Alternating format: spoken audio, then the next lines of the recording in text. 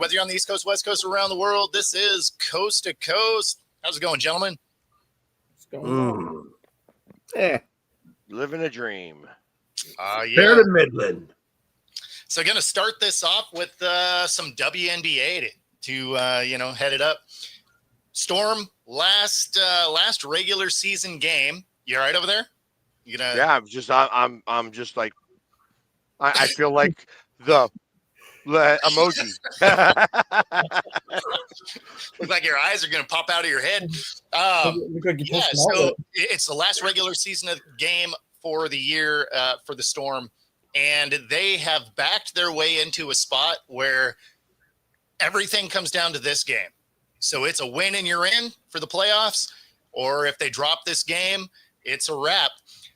They're playing the Valkyries, which are a playoff team. So it'll be interesting to see the approach that the Valkyries take.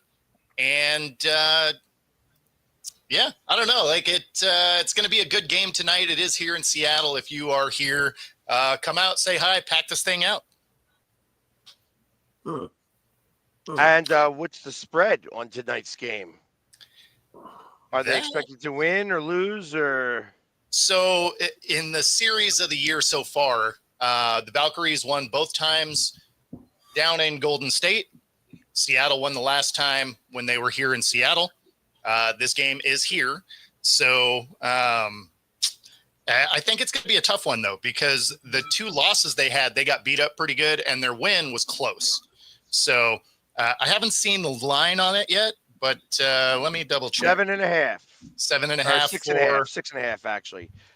They're 6.5 spread that they are favored Seattle Storm. Really? Okay.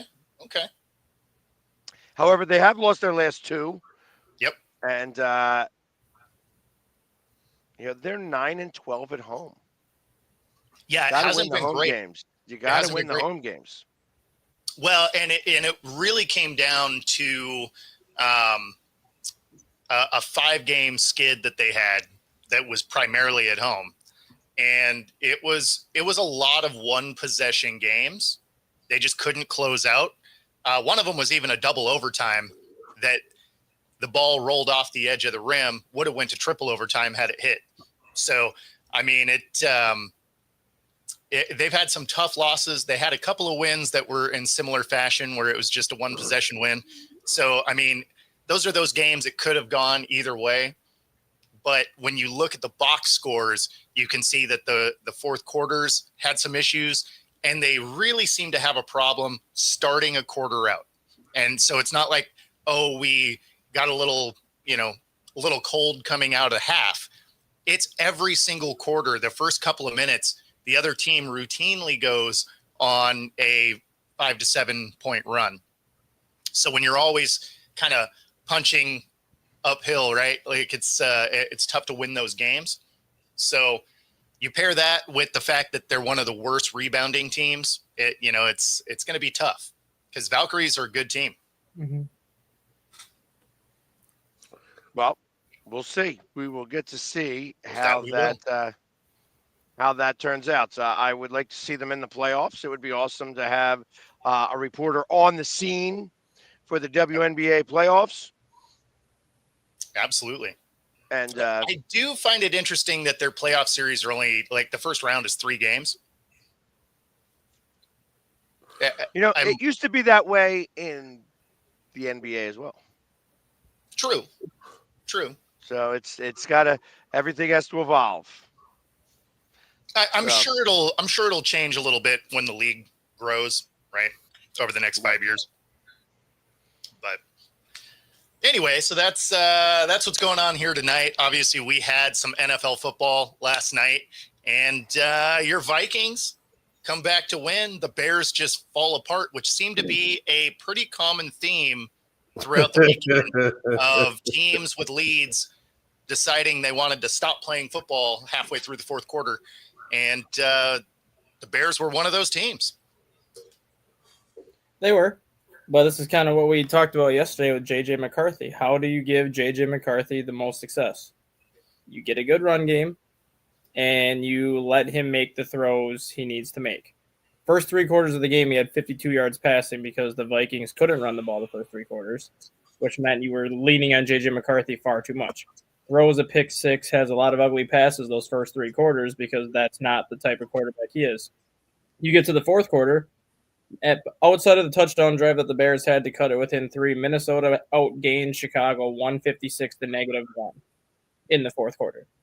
J.J. McCarthy was 7 of 7 for 98 yards passing in the fourth quarter because they also got about 60 yards rushing out of Jordan Mason and Aaron Jones. They started to use the play action. They started to get the running game going, which is what he needs to have success like he had at Michigan. And then you saw the type of quarterback he can be. He's making the throws he can make.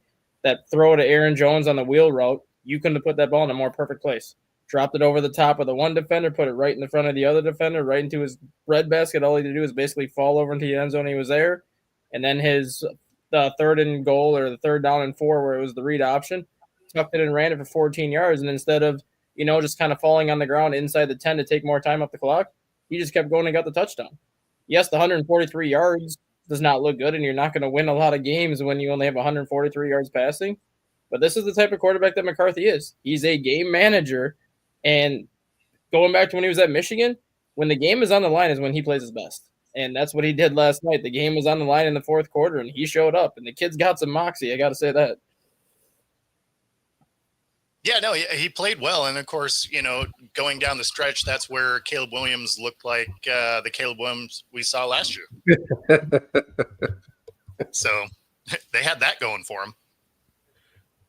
And this is what I've always said about Kevin O'Connell, too, because you could tell from basically the first 2.5 quarters of the game to the last quarter and a half, he completely changed his game plan. Like, you could just see it just on the play calls and how just the offense was lined up. It was a lot less shotgun because they did a lot of shotgun the first half. It was more play action. It was more a lot of the things that he was doing in college. Like, that's the one thing that I loved about Kevin O'Connell with Kirk Cousins, with Sam Darnold, with every quarterback that he's had. He goes into the game with one specific game plan, but if it's not working at halftime, he has no problem redoing that entire game plan at halftime and be like, all right, this plan did not work. We're going to go with this one. And you saw that last night, 2.5 quarters after that pick six, he pretty much looked at McCarthy and he's like, all right, this isn't working. We're going to do something else. And then the last quarter and a half, McCarthy looked great. Yeah, I mean, they also changed their defense quite a bit because they started pressuring a lot. Yeah.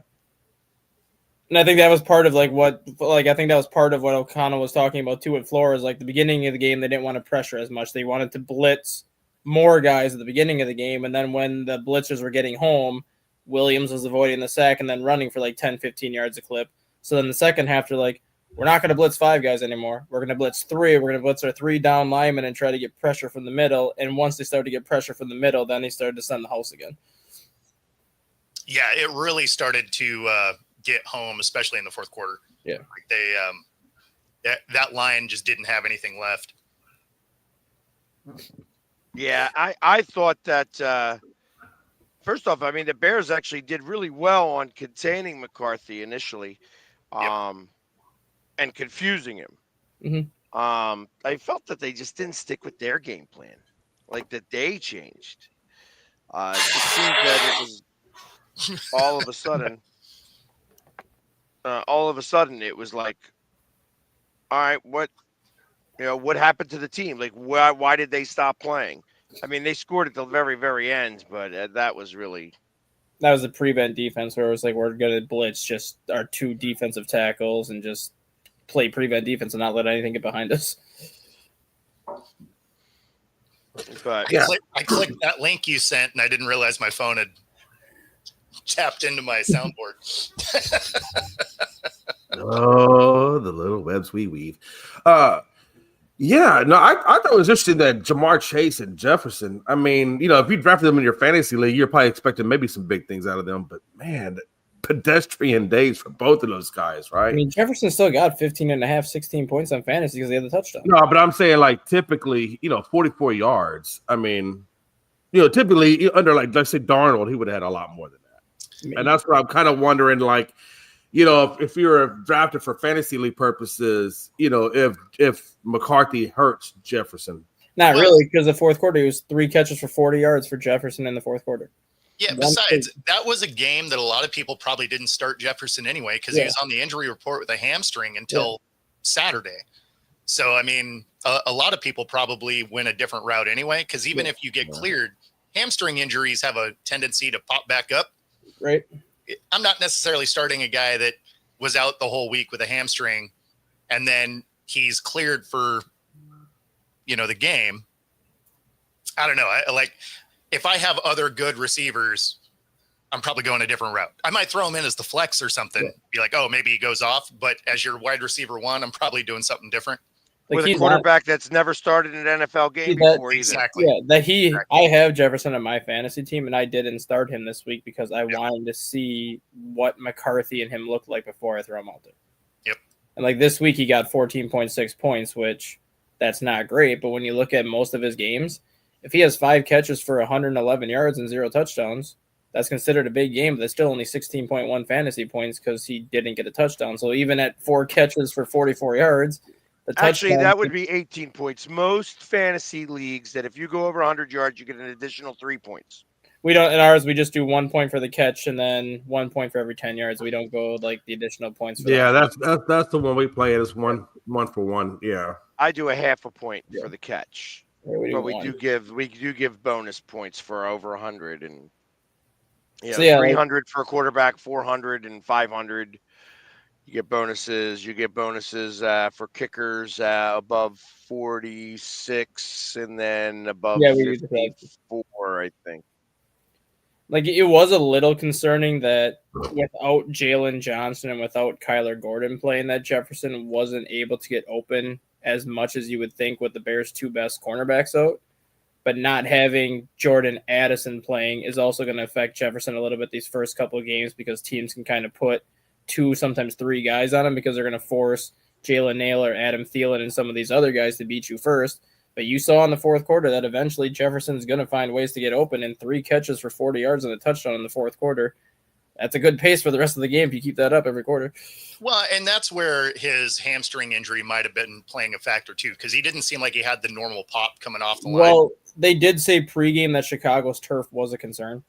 There's a lot of issues with the turf pregame. A lot of the Bears are switching cleats by the end of the first quarter. A lot of the Vikings are switching cleats by the end of the first quarter because that turf, they play Major League Soccer at that stadium now.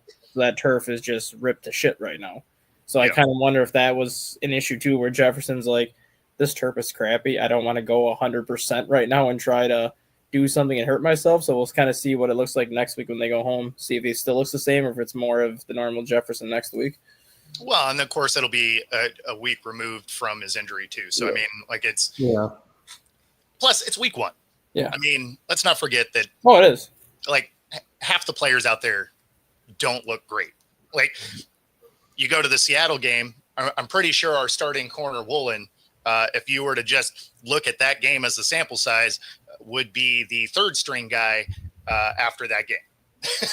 I thought it was interesting though. And I think Pag said it pretty good. Week 1 is like preseason because if you look across the league, week 1, I can only think of maybe 1 or 2 running backs that actually topped 100 yards. I can think most of them actually started around the 4 foot or 4 yards per carry. Actually, even I mean, it's crazy. You don't see a whole lot of high running back or high running.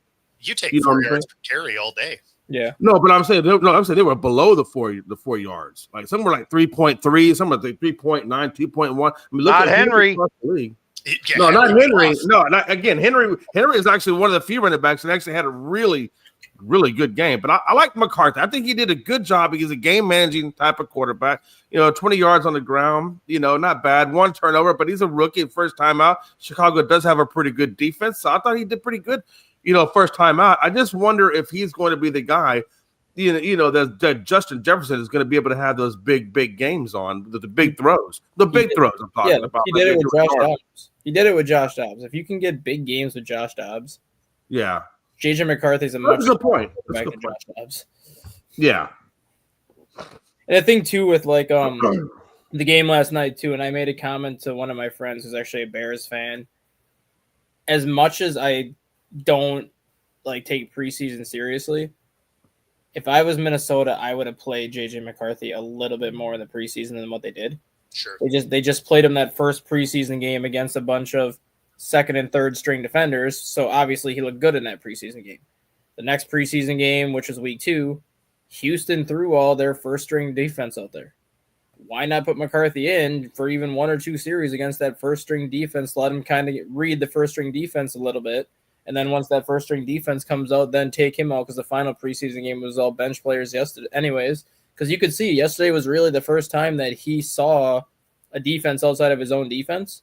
That was a first string defense, and he was confused. He didn't know like a lot of the coverages they were doing, a lot of the blitz packages they were doing, where I think if you would have gave him a little bit more time in the preseason to kind of dissect the top defense, that might have helped him settle in a little bit quicker than what it did.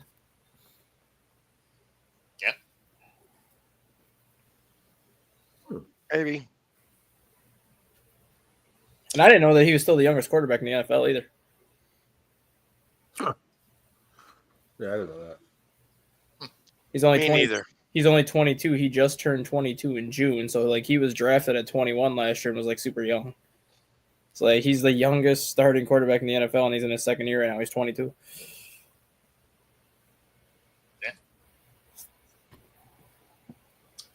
That just means But he's going to he won his first game, and he threw 2 touchdowns. And yeah, it's the first time since Fran Tarkenton. Yeah. Yeah, they were making a big deal about that. Yeah.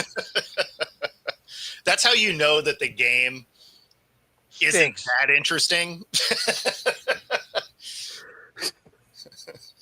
And really, he threw 3 touchdowns. Just 1 went to Chicago. Exactly. Oh, yeah, did you see that? Yeah, did you see that stat too after the pick 6? Heading into the fourth quarter, the Vikings had more interception yards against them than actual passing yards, because the pick 6 was 74 yards and McCarthy had 52 yards passing after 3 quarters. Yeah, I mean, that game really changed after the Bears missed that field goal. Mm-hmm. As soon as that happened, I don't know what happened to their team, but they just stopped playing football. It was very weird. It was like the Scooby-Doo mask reveal. All of a sudden, well, you could kind of see the Panthers. You could kind of see it before that, though, too. Like, even before they missed that field goal, like, Andrew Van Ginkel almost had a pick 6 on the series before that when he jumped the pass and dropped it. Like, you could kind of see the Bears are like, okay, we're letting Minnesota hang around a little bit too long here. Like, we need to put them away. And then they couldn't put them away. And before you know it, it's a 5-point game. And all of a sudden, the Bears got a punt. Before you know it, the Vikings are in front. Now it's just like, oh, crap, we let them hang around too long. And Kevin O'Connell is a 4th-year head coach. Ben Johnson is a first-year head coach, and you could tell that Ben Johnson was a first-year head coach with some of the decisions he made late in that game. Agreed. He had some rookie mistakes. That's what's going to cost the Bears more so sometimes than Caleb is going to be a lot of the rookie mistakes he makes as a coach, like challenging that fumble on TJ Hawkinson. I don't know why he threw that challenge play, because Hawkinson had both knees down and was almost going down to the ground with his elbows before that ball popped out. That timeout would have very much come in handy on that last drive of the game for you. Oh, no question. And that's what I was talking about. Like, do you feel like DeAndre Swift? I know Spence King is saying if he played my cousin more, maybe he would have won because he's a beast. I'm sorry. Hey, Spence King, the man only put up 3.1 yards per carry, 17 carries at 58. I'm pretty sure he's not a beast right now. He is a beast because Minnesota was number I don't one. know. Against Minnesota, was he really a beast? I don't think because so. Minnesota At least not this game. At least not this game. Maybe overall, but not this game. He wasn't. When I'm saying Spence King, say if he would have played him more, well, he got the lion's share at 17 carries. How much more do you want them to play him? He wasn't producing at 3.1 yards per carry, so he wasn't beasting out this game. Let's just put it that way.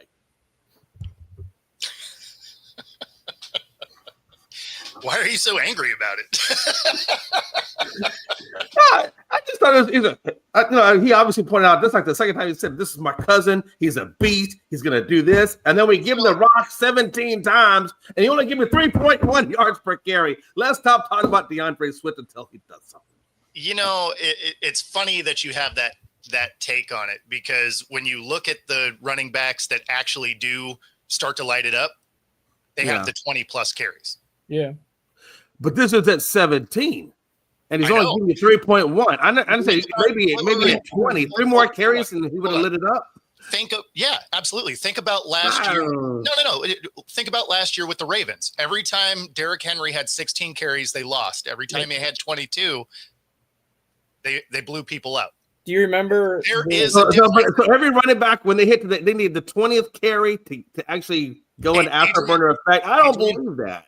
Adrian Peterson. I was just about to say, Another one. if you look at Adrian Peterson's career track record, But you guys Adrian are talking about Peterson- seriously elite guys. You know, I no, mean, but Adrian Peterson averaged 4.4 yards per carry per game. But every game he had 2 runs that were basically a 25-yard run or a 50-yard run. The other 17 carries, Peterson averaged 2.7 yards per carry. No, He and never, that's he the thing. never ran the ball. He had 2 big runs, and then everything else was 3 yards, 3 yards, 3 yards, move the chains. That's like all good running backs, apart from probably Derrick Henry, are like that, where you'll have 1 or 2 big runs, and then the other 15 to 20 carries, it's going to be 3 yards, 3 yards, 3 yards, and you're just going to grind everything out. No, even Derrick Henry does that most of the time. Yeah. And that's the thing is you need the touches most when Adrian Peterson is the best example of that. If he had 15 carries, he didn't do anything. Mm-mm. But if he had 22, 23 carries, 2 of those carries you are up going for to be 80 yards. 150 yards. Yeah. mm, Even when he set the NFL record for rushing, the 297-yard game against the Chargers, he had 34 carries for 297 yards. 14 The main takeaway here, Jay, try watching football. No.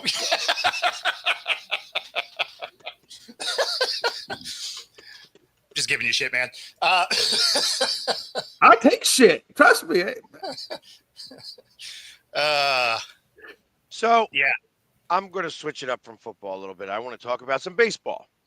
Okay. That since I was interviewed by a Seattle radio station yesterday and actually had to talk about the Mariners a little bit and was really big on, I'm sure all your listeners now started to follow me because I said, I really hope that you guys overtake the Astros. And right now the Rangers are also coming up. So it actually sounded like I was really knowledgeable about Seattle baseball, at least to Seattleans. We do talk about it a fair amount. Yeah, and the people of Chad.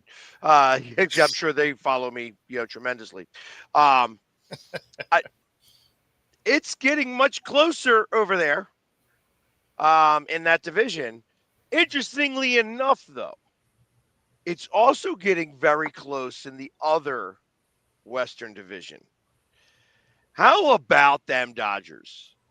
Let's go one strike away from having a complete game no-hitter to an L. Yep. Did you guys see the highlights of that? No, I score chased it, but I didn't watch that game. Yeah, it's like he literally, it was like a 1-2 count or something like that, and bam, home run.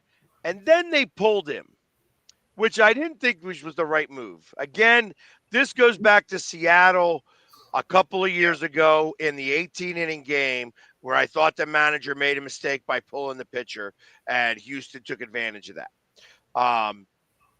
The same situation here. Just let him finish out the game. He's got 118 pitches. What's 7 more going to be?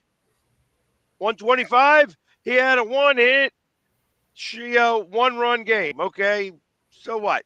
Nope. Let's pull him. We got to save his arm. Save that arm. Those 7 pitches could hurt him.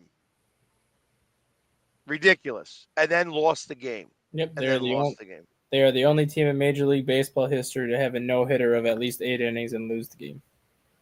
That's not true. Was it 8 2/3?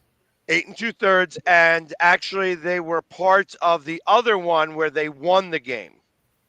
Okay. Yeah, but I think it was a shutout. It was shutout on both sides, and they won that game 1-0, and it was a no-hitter going into 8 2/3, and they wind up scoring a run on 2 doubles to walk it off. But yeah, it's interesting. But as I was looking at the West on the other side, right now, the Astros have lost 2 in a row. They've only won 3 of their last 10. It's getting a little tight over there. And here come the Rangers, 7-3 in their last 10. Yeah, the Rangers are the Rangers are doing some work. But I mean, it's typical. I mean, every year, this is typically what goes down. It's a three-way battle, and we'll see what happens. I mean, it's not anything new, Bo. You've seen this before. It's not anything new. Yeah. No, we're talking about like this is something new. I mean, this typically happens. This is how this division works. I mean, it just. No, I mean, I said that 3 weeks ago. I was like, oh, they're coming. Because they were almost out of it, and then all of a sudden they just started inching their way back in. It's like, oh, it's the Rangers. Like, I wouldn't be surprised if they find a way in, and they've been playing good enough baseball to do it, especially because they still have 6 games against you guys. So they have a shot to make some noise. I thought it was 3 or 4 games left with us. We just came out of a series with them. Oh, did you just finish one? Yeah, we lost it. We lost. It was like I think we went 1-2 with those guys. So yeah, I got you. I thought that was your next series. Man, maybe if you watch baseball more often, Bo, you'd probably know that. But it's okay. No, as soon as forgive football you. starts, It's okay. Listen, I took my L. You take your L. It's okay. No. I'll gladly take the L because when football starts, I'll stop watching baseball because I'm a Mariners fan.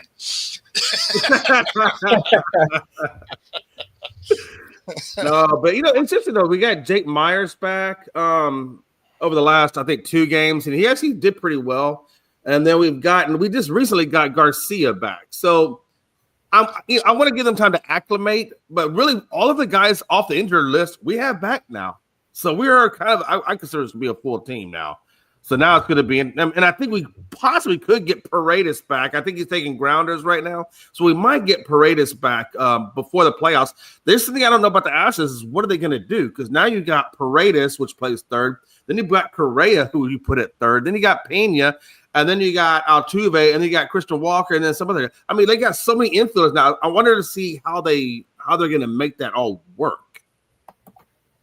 Because they have somebody is going to be either on the bench or DHing or something.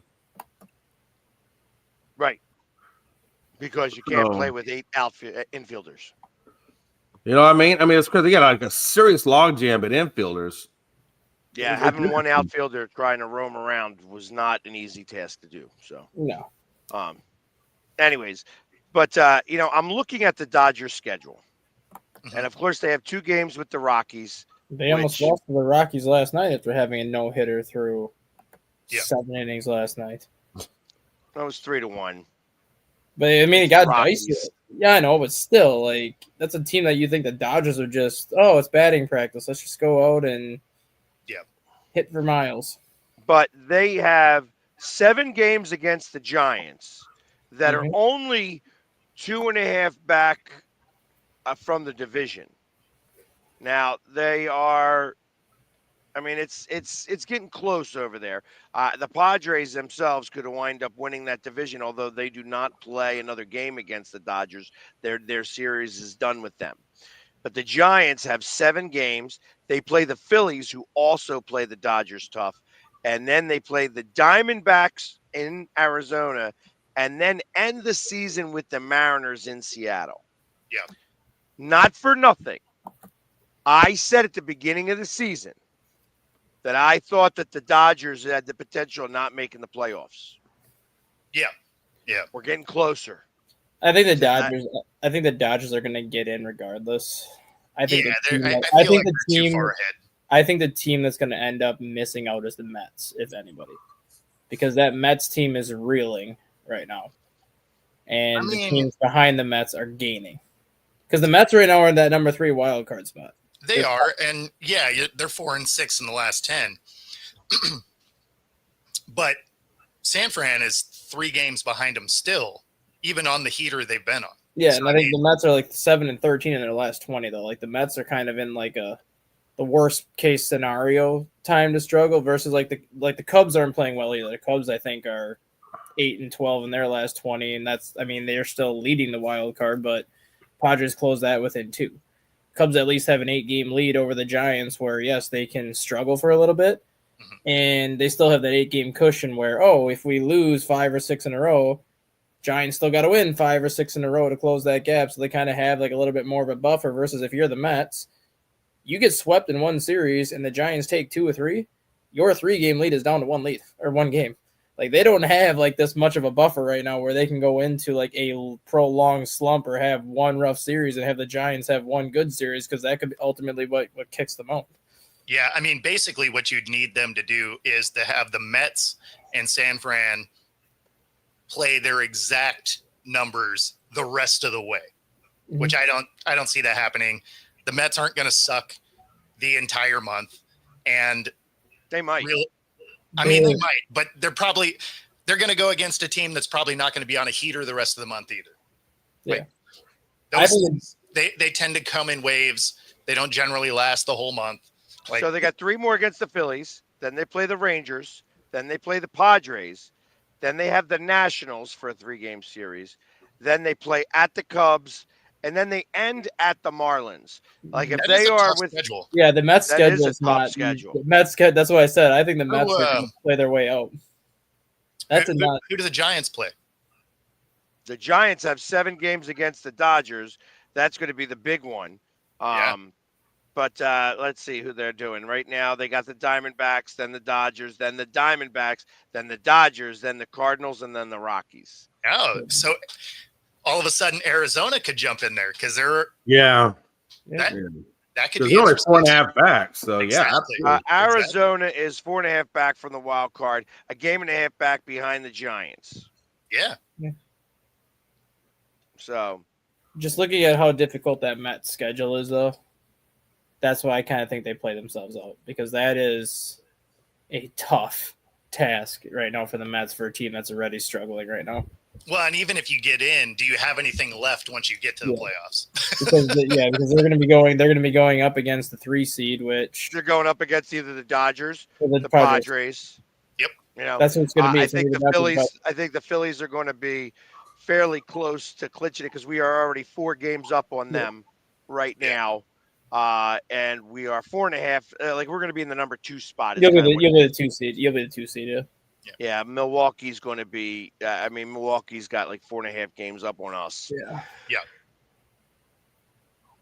So, I do think the Padres will win that division, though, and I think the Dodgers end up with the number 5 seed. That would be wild. The Cubs, which would mean that they would go play the Cubs in Chicago. And that's why, because even if they end up with the same record, the Cubs have the tiebreaker over the Dodgers because they went 4-3 against the Dodgers in the regular season. And right now the Padres and Cubs went 3-3 against each other. So the Padres and the Cubs tie for the same record. Then the Padres get the 4 seed because they have a better record against National League opponents. So that's kind of why I want the Dodgers to lose, just because we have the tiebreaker over the Dodgers. I'd rather have the playoffs in Chicago as opposed to going out west.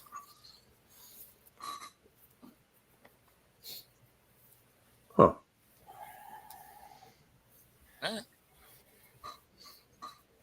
Yeah.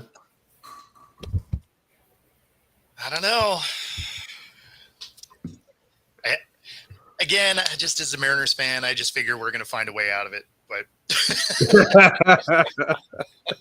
on the bright side, Seattle Storm. The good news is we play each other on the 20th, which is not that far away, Bo. And we got a 3-game series right there. So, and like I said, hey, the Astros you guys have always played the Astros extremely tight and hard. So there's always, it could be where the Astros could find them way out the playoffs, if the Rangers keep playing the way they're playing. If they're not careful. Nah, you guys are playing, you're not playing great, but you're playing good enough. Yeah. That you guys will be in. What's that? Maybe. I'm laughing just because I'm sitting here and I'm looking. Aaron Nola's post-game interview was interrupted by a fart. Nice. And somebody in the room farted, and everybody started laughing. That is awesome. But somebody just sent me something that was saying, hey, that Jeffrey Lurie blocked the Phillies Karen from ever being able to enter the Lincoln Financial Field. And I'm like, this is fake news. Come on. Yeah. Really? That's not a real thing. That's not a real thing. Yeah, exactly. That's what I think. It's And if it is, fake like news. that seems crazy because you see people do way more wild stuff than that. They get back in. Right. Oh yeah, I've just taken a baseball from a kid. I mean, that's that. I don't even. I mean, that's not even. All she has to do is tie her hair, and nobody would know who she is. Well, that's true. Yeah, especially by next One year. color. Yeah, by next year, And maybe a little longer. Yeah, no, like she could be exactly the same by next year. No one's going to remember anyway. I wonder if the first thing she did or thought about was, man, I need to go to like Walmart or something to get some hair dye and do this like muy pronto. Oh, that's awesome. Nice. I'm trying to see if I can. Hold on. It's. I hate hitting these buttons when I can't see it. All right, whatever. One last time. It's I was going to say, just pre-hit it. No. Come on. Oh, I'm missing it. All right, forget it. It's not worth it. All I did was this. We assume it was funny. Like, yeah. No, there was one that was it the one that you just sent that was the Grinch doing it? Yes. Yeah. That was nine. Yeah, that was the bananas. Nice. Yeah. Never yeah, that to, was the one that I hit the link and then all of a sudden you hear the crowd. I was like, oh, I'm still attached to my soundboard. Good thing you didn't send me something dirty. Oh man, that would be awesome. That would be so awesome. Every time I drop the F-bomb, it wouldn't really matter anymore at this point. Yeah, that episode would not be approved by YouTube. They'd be like, our advertisers do not align themselves with this particular show. However, OnlyFans is right behind.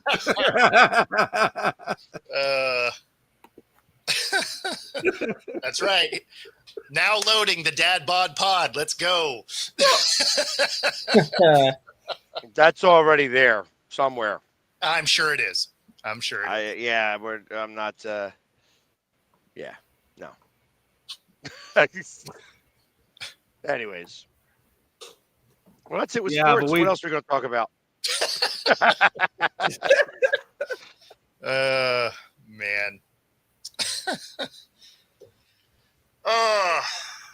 Yeah, exactly. I leave for Kansas City on Saturday. I won't be back until Tuesday, which is really tough. I normally I do. So Monday, in Kansas City, I am going to be. I'm actually bringing all my Phillies gear, and I am going to go to the Negro League Museum. Oh, cool! That's awesome museum. Yeah, I've never been. I have a whole day on Monday. I'm going to paint up as the Philly sports guy, as baseball Philly sports guy, and go take a tour of that museum. You will be there for about 3 hours. It is awesome. That's what I hope, because I ain't got nothing else to do. It's awesome. And if you're gonna go there, you're going to the Eagles game Sunday. What time do you get there Saturday? 3:00-ish. Go for supper or whatever you get, like closer to your hotel. Go downtown Kansas City to a place called the District. It's right in the middle of downtown. Yep, go down. They have like a couple new restaurants that they just put in now since they've had the draft down there. It's so worth it to go down to the District now. They'll have college football on the big TVs, kind of in the gathering area courtyard there, so you'll be able to watch college football Saturday night, and then obviously if you weren't at the game, they would have the game on there during Sunday. So and then you got to go to Joe's. Kansas City. That's where it's located. Yep. Okay. Because the Kansas City Monarchs of the Independent Baseball League, they play for the American Association of Professional Baseball now. Kansas City Monarchs were the first ever Negro Leagues team, so they were in the Negro Leagues for, had to be over 100 years. And then they just made the jump to the Independent League about 15 years ago. But because they were basically the founding member of the Negro Leagues, they put the Negro League Museum in Kansas City. That's interesting. Okay. And they still use the the independent team that plays right now still uses the original stadium that the Negro Leagues are played in. Obviously, it's been remodeled quite a few times, obviously, to add more seats and keep it updated, but they still play in the original field. And Joe, hey, listen, whatever it is that you're drinking, smoking, doing whatever, good luck with that. There ain't no way that the Chiefs are going to beat us. There were number 1 and number 2 wide receiver being out, and like a couple guys on their defense, and they're coming back from Brazil, which I know from last year how much the Eagles were hurting after that week in Brazil, after playing that game down in Brazil. When you go and you fly for 24 hours in 48, because that's really, they were only down there for a full 24 hours or so. Yeah. That takes a toll on your body for over a week. And that's what's happening now. So, hey, Joe, just get used to the fact that the Dallas Cowboys are going to suck as bad as the Giants this year, and maybe worse. Okay, and Joe, he's also smoking a little crack too. We're not exactly Super Bowl bound or anything like that, but yeah, I think we'll be a little bit better than that. That's a little blue. I don't know. But I love you, Pags. I love you for saying that, man. That's a typical Eagle response, and I appreciate it. No, I think that let's see who you guys are playing. Let's go down the list and say, okay, the Cowboys are playing the Giants. Yeah. That's going to be a good game. It'll be a good game. Yeah, I mean, and it's a 5.5 point favorite. And you know what I think about 5 point favorites, especially a 5.5. If you have that hook, lose outright. Yep, they lose outright. And I tell you, there's a lot of them.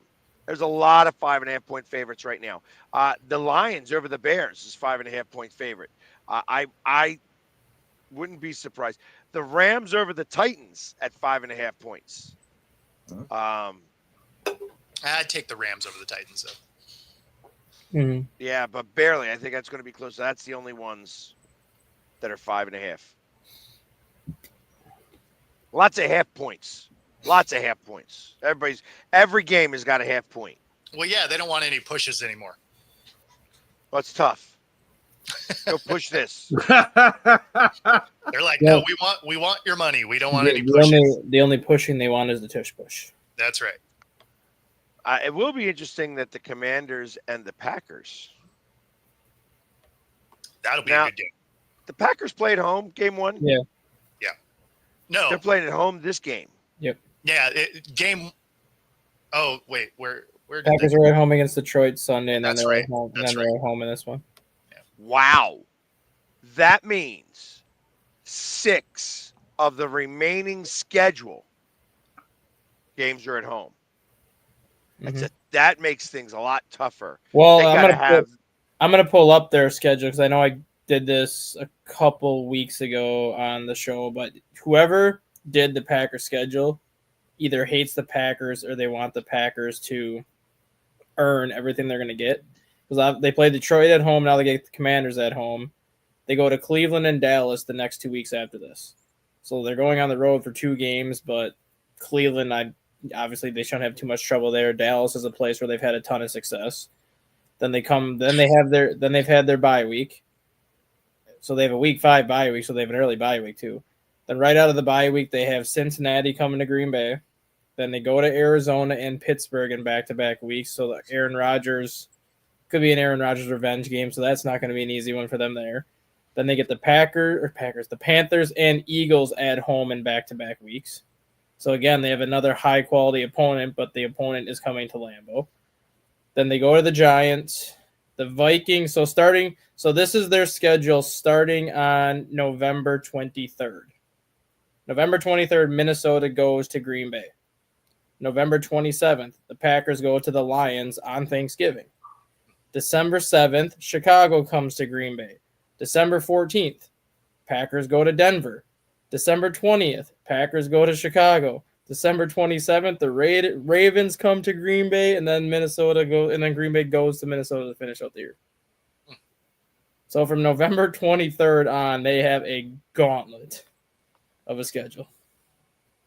But the only advantage they have, granted, they don't have a lot of home games, apart from Denver and probably Pittsburgh, all of their quote-unquote hard teams are coming to Green Bay, whether it's Philly, whether it's the Ravens, whether it's the Commanders, the Bengals, obviously the Vikings and Lions, like all the good opponents on their schedule get to come to Lambeau.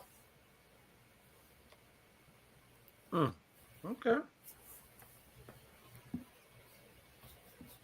I don't like that we play the Commanders week 15 and week 17, or week 16 and 18. I hate that.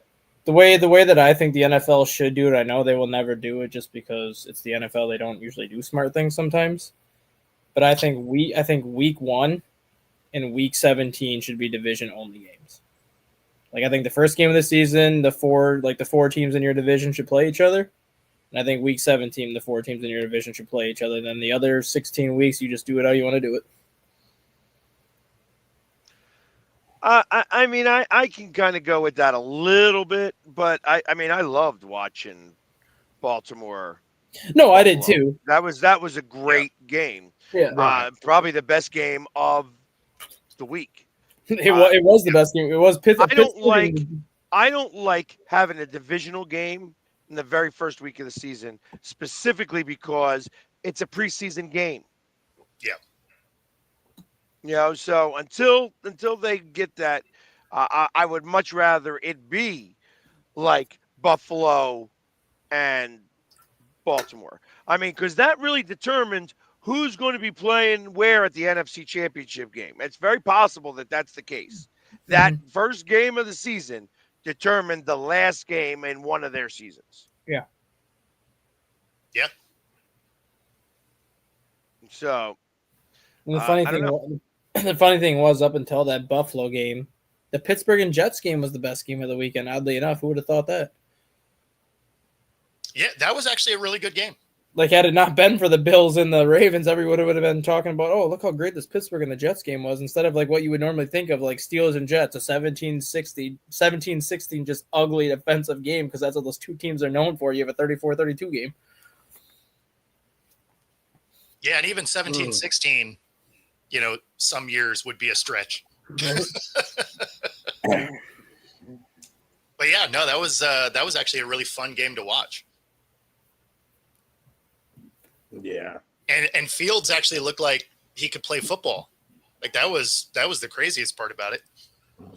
I tell you, the more I look at this Dallas schedule, man, we got a pretty. Our schedule's not light either. I mean, we play a lot of pretty good teams. Between Green Bay, Washington, Denver, Arizona, Philly, KC, Detroit, Minnesota, Chargers, Washington. Then we wrap up the season with the Giants. I mean, there's a lot of back-to-back hard games. I mean, you look at that. If you go back and look right at November 23rd, you got Philly, followed by KC, Detroit, Minnesota, Chargers, Washington. I mean, that's a long gauntlet of a stretch as well. So you're going Philly and Kansas City then on Thanksgiving. Ouch. Yeah, that's it's gonna be damn. Ouch. Yeah, when is Thanksgiving? What day does that fall on? 27th. 27th? Okay, so we got KC at home. Man, okay. All right, rock on. Damn. Okay. That's brutal. I mean, that is. There's no days off. So what you're saying is you're going to have a top 5 pick next year. Man, I'm telling you, I didn't really look at the Cowboys schedule as close as this, but damn, looking at this, yeah, it's going to get nasty. Yeah, man. Okay. Well, should be fun. See a lot of depression, a lot of drinking, and a lot of marijuana smoking, but it's okay. Yeah, no, the best part about a tough schedule is when you're not very good. I mean, I wouldn't say that we're not very good, but we definitely have a tough schedule.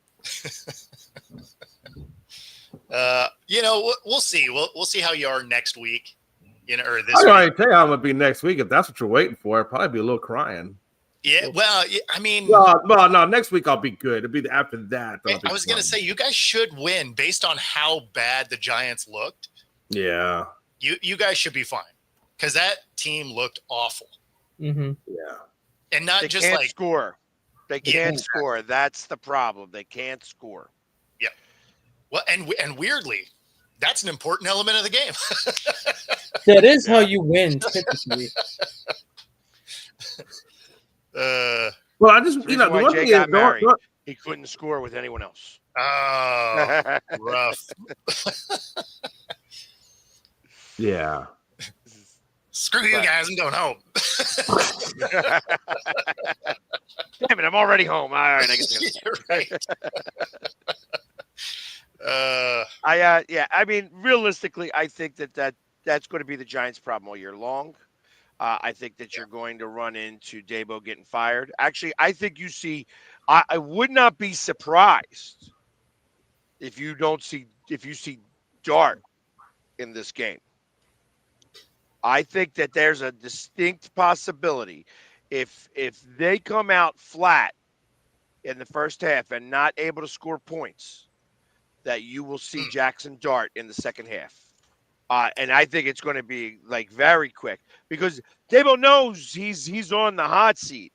And I think Dabo doesn't even want to use Wilson now. I think Dabo wants to use Dart. I think the higher ups are pressuring him to use Wilson because I don't think he's a fond person of Wilson. Because Dabo said he had specific plays designed for Jackson Dart last week. Like they literally designed 15 packages for Jackson Dart last week, and he was not on the field once. That's not a higher up thing. That's just Dabo didn't want to put him in. He even said they specifically spent half of practice on Wednesday and Thursday coming up with 15 different plays for Jackson Dart. Like half of their practice was getting him involved, and then you don't even use him. If Wilson looks the way he does, if Wilson looks the way he does, I was thinking Dart might start, week 10, something like that. But it could be week 4 or 5 if they look like they did this week. I think it's going to be like when Mitchell Trubisky took over for the Bears, because the Bears signed Mike Glennon that offseason to like a 4-year, $44 million deal because of the year that he had with Tampa Bay before. And then they ended up drafting Trubisky anyways, but because Glennon had that 4-year contract, Glennon was the week 1 starter. He had 4 bad games, got a concussion in week 5. Trubisky came in week 5, and then Glennon never saw the field again in Chicago. I think you could see a similar situation minus like the injuries where you just stick with Russell Wilson the first 3-4 games, and if he continues to play like crap, Dave was like, well, we're going to give Jackson Dart a shot, and Russell Wilson doesn't get the job back. Joe, that's not even funny. Yeah. It's not even funny. Anyways, I think that do I think it's possible that the Giants win against the Cowboys? Yes. Do I think it's likely? No. Yeah. But the 5.5 points, the 5-point spread doesn't lie. When it's 5 points, usually the upset happens. I don't make these rules. That's real statistics. Yeah, no, happens a lot. You don't make every time you see a 5.5, you're like, You don't make the rules, you just enforce them. Yeah, especially when it's your team. You're just like, come on, guys. Will somebody buy this so it moves? Let's move this line any direction. Doesn't matter. Yeah, and potential teams to pick for the suicide pool. Right now, the Ravens are 11.5-point favorite over the Browns. Not for nothing. I mean, I would take the Browns with the points in that because it's a division game and their defense is much better than their offense. Mm-hmm. That doesn't mean anything. I suspect that whatever the under is on Henry, take it. I think Henry it's going to be an inflated over under. Sure. And he is not going to get it. I mean, for suicide, I'd be looking at the Niners versus the Saints. Well, Brock Purdy's hurt. George Kittle's hurt. Mm-hmm. Yeah, but the Saints are just garbage. Who's the 49ers backup? The Purdy. Wentz, right? No, Wentz is in Minnesota. Oh, that's right. That's right. That's a good question. Who's their backup? Because that's what I was thinking about doing for my suicide pick until I found out that Brock Purdy's injured and Mac Jones is the backup. Oh, that's right. I forgot they got Mac Jones. I think I'm going to be going and doing the Cardinals against the Panthers. I'm probably going to do the Bills against the Jets. Yeah, I stay away from divisional games at all costs. Yeah, I would take in that scenario. I'll take the Rams over the Titans. But we don't have to make our picks official yet until Friday. Yep. So Which is good all because just people talk. could get hurt. Yeah, but I like the Cardinals. And how about that? That would be the second week in a row the Cardinals are 6.5-point favorite. Wow. I mean, you start out the season with two of the worst teams in the league. I mean, even though it took them like 3 quarters to actually start playing well against the Saints too, because that was a 13-13 game or a 13-10 game for a while. Did not also seem a little funny the Saints field? I don't like the color they're using. The jersey color or what? The jersey and the field color, like they. I didn't like that. That's not that pea yellow or some kind of weird yellow. I don't like the black helmets at all. Yeah, it was a little weird just in general. I like the gold. Go back to gold. Yeah. Don't go to like mauve or whatever it is. Yeah, I did not like that. I did not like the gold or the black helmets at all and the gold pants, like the black tops, gold pants. It was just really gross. Yeah, well, actually, it was a white top. It was like a cream color. Yeah. Like it was like goldish a green. creamy yellow color. Yeah, It's it was very weird. It's like they went in the closet, grabbed their 1980s uniform, and they said, "Oh, we'll just throw a brand new helmet on top. Try to make it look nice." No. I mean, that would make sense because some of those throwback jerseys are awful. It literally looked like their old, not like a throwback jersey, but it literally looked like the original jerseys they had when they came into the league. And they're just like, the color scheme isn't great, so we just need to update the helmet a little bit. Maybe that'll take the eyes off of the. That actually is what a throwback is. It's funny because then everybody could come in with their throwback, paper bags. Yes, I mean they're gonna have that kind of year, so they are. It's gonna all work. We appreciate everybody tuning in today. We are going to get out of here. If you're on YouTube, be sure to like and subscribe, or any other platform that you're on. Be sure to like this show. Otherwise, we're going to see you all tomorrow. Take it easy, everybody. Peace.